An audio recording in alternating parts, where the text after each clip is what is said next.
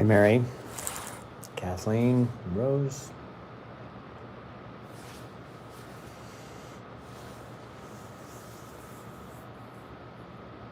Hey, Dennis.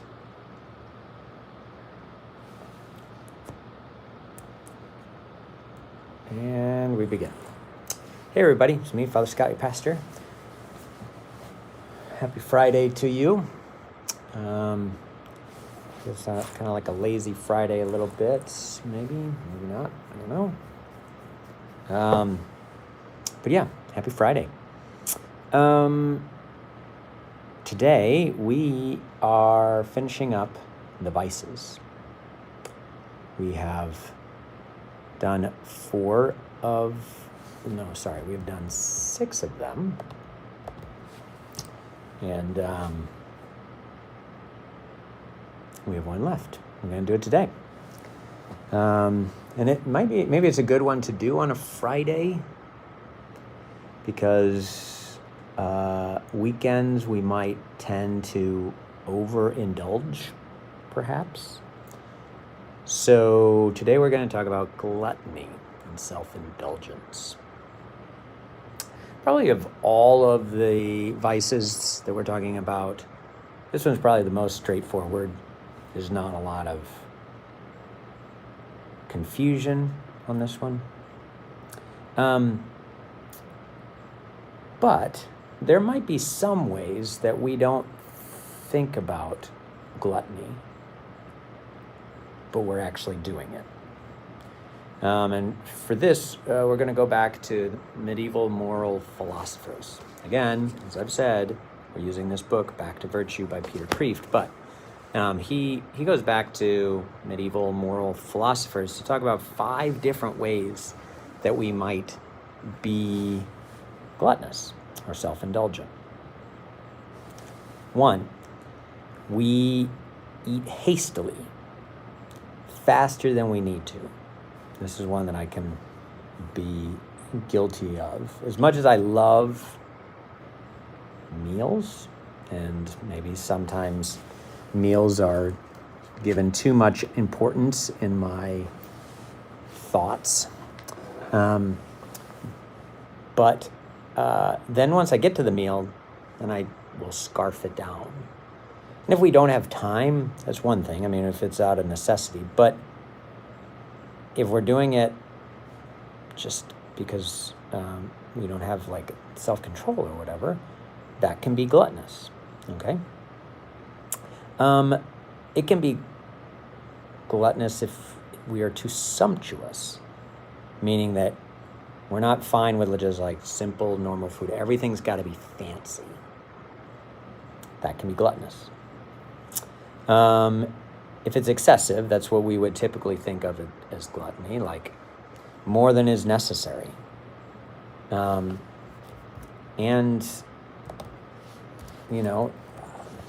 what is necessary? Well, for each person, that's going to be different. But if we go beyond what we really need, that can be gluttonous. It can be greedily eating. I need food, I need it right now, and I need it just what I want. And I'm not willing to budge. That can be gluttony. And then even being too dainty when we eat. Like it has to be prepared just so, or I'm not going to eat it. That's gluttonous. If we've got this mentality of, I'm going to eat this, I'm not going to eat this unless it's wasteful.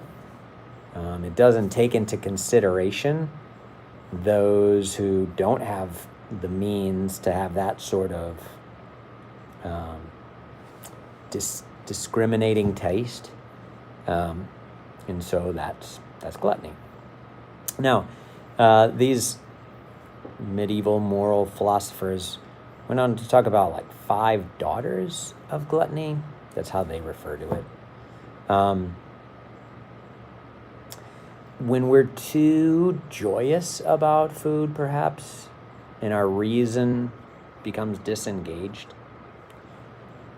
if we are foolish, the foolishness in our thoughts or in our actions around food, if they call it uncleanness, but basically if we eat so much, we vomit.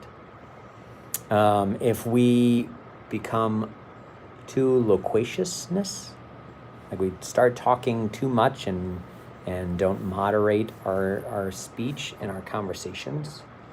And then if there's dullness of mind, if we're eating so much that it just kind of slows our brain down too much, all of that can be an issue. All of that can be a sign that we are being gluttonous and not moderating well.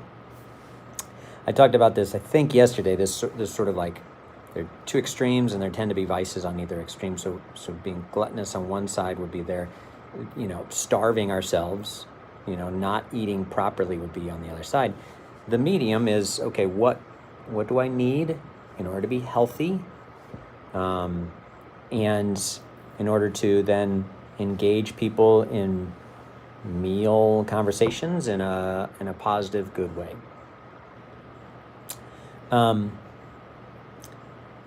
That all kind of might seem like it's too much, but gluttony is a real thing.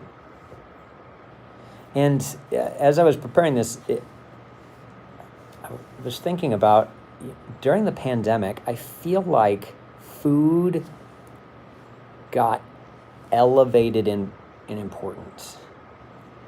It's like we talked about food when we weren't talking about the pandemic or the politics of pandemic, and okay, it's a division in the country, and there's plenty of things going on, plenty of things that we were talking about, but I still feel like, we were home so much, had more time to be like making meals and all of that, and I just feel like food, or we're talking a lot about like having your food delivered to your house, or how you're going to get your food and all that, like it got elevated. Maybe sometimes more than it should have. We were maybe overthinking food and might have gotten some gluttony there. Now, it's not the worst capital sin, because it's just physical. So it doesn't have as much of an impact on the spiritual side of us, on our soul. I mean, every sin impacts the soul, but some of the capital sins are very spiritual. This is physical. And because it can be difficult to have the proper discretion about like how much we should be eating and when and all of that. I mean, like, doctors and nutritionists are all over the place, and we're all over the place, and all that sort of stuff. It's not as we're probably not even aware of our gluttony as much as we might be of some of the other. I mean, I think we tend to be aware pretty quickly of, say, lust, or anger, or envy. We probably can pick up on that faster than we pick up on, hey, I just keep eating these chips, and that's the fourth bowl they've had to bring over here for these chips, like it. Okay.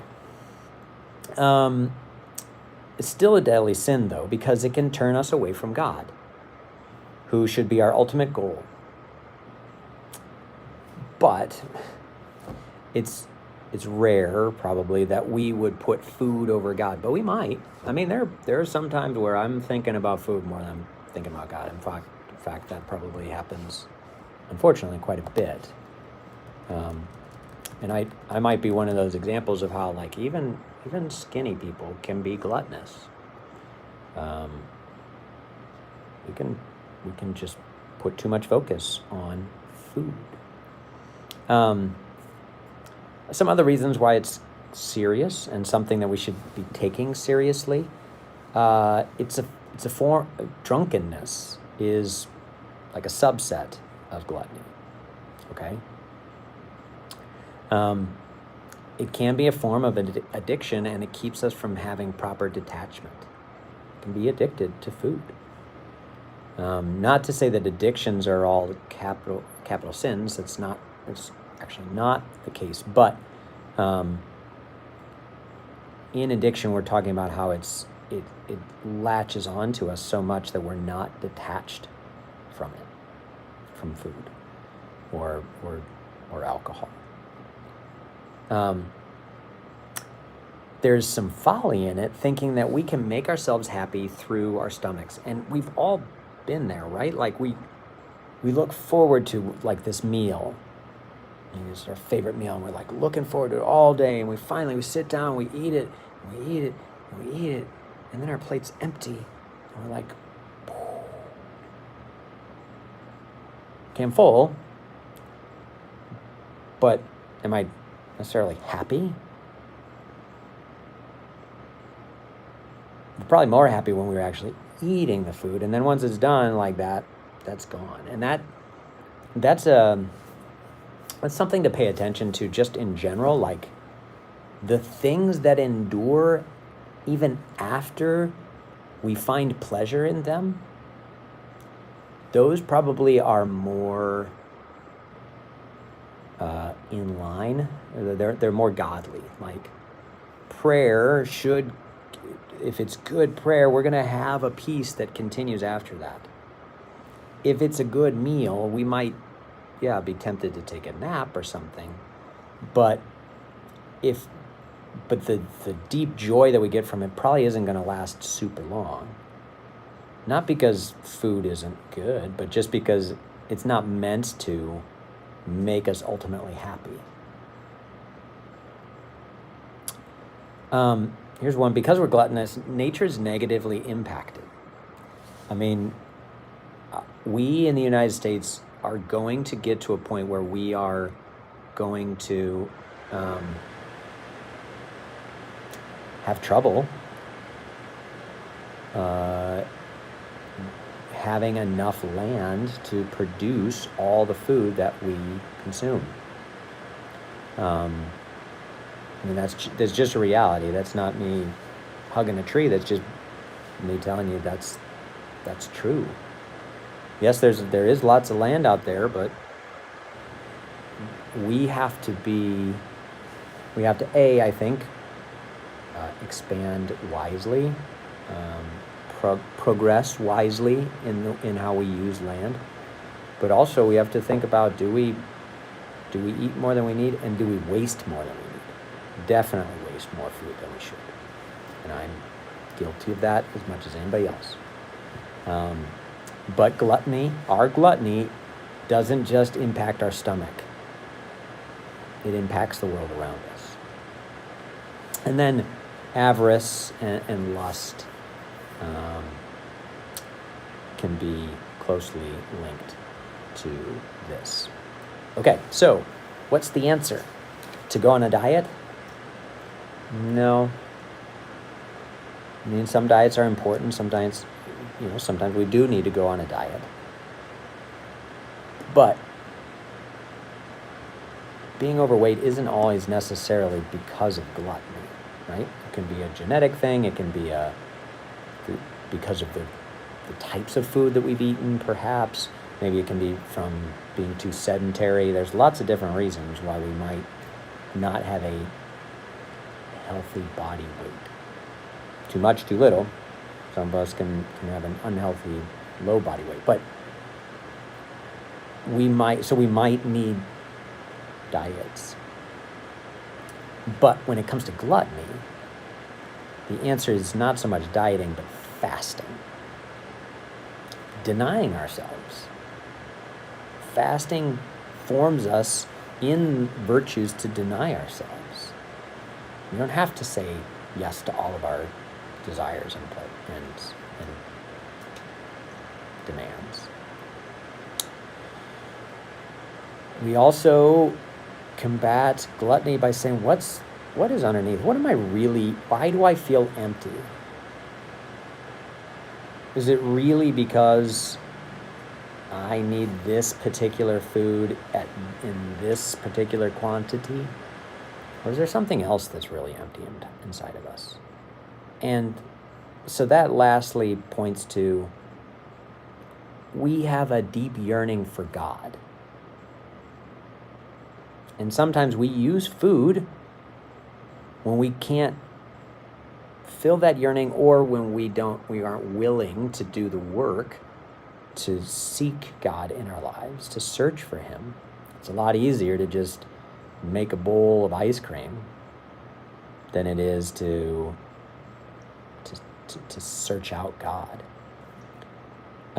So if we want to combat gluttony, we have to recognize my deepest yearning is for God, not for food.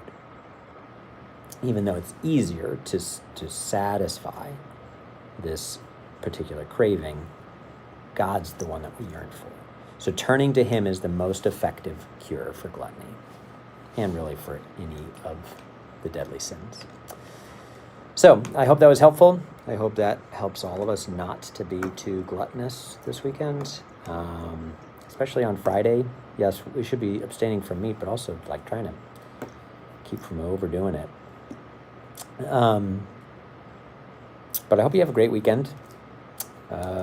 We have stations across the day at 6, so we'll still have adoration for the next hour or so, and then we'll have stations across at 6. Then we will have the rosary tonight at 8, and Mass tomorrow at 8:15, confessions at 3:30, Mass at 5. And remember, come on campus. If the flags outside the doors are green, we still got spots, even if you haven't signed up. If they're red, just go up to the school. You get to receive communion. It's way better than sitting at home if you don't have to, okay? Same thing for 7:30, 9:30, and 11:30 on Sunday morning. And then we'll have adoration from 1 to 6. So hope you can join us for any or all of that, and I hope you have a wonderful weekend.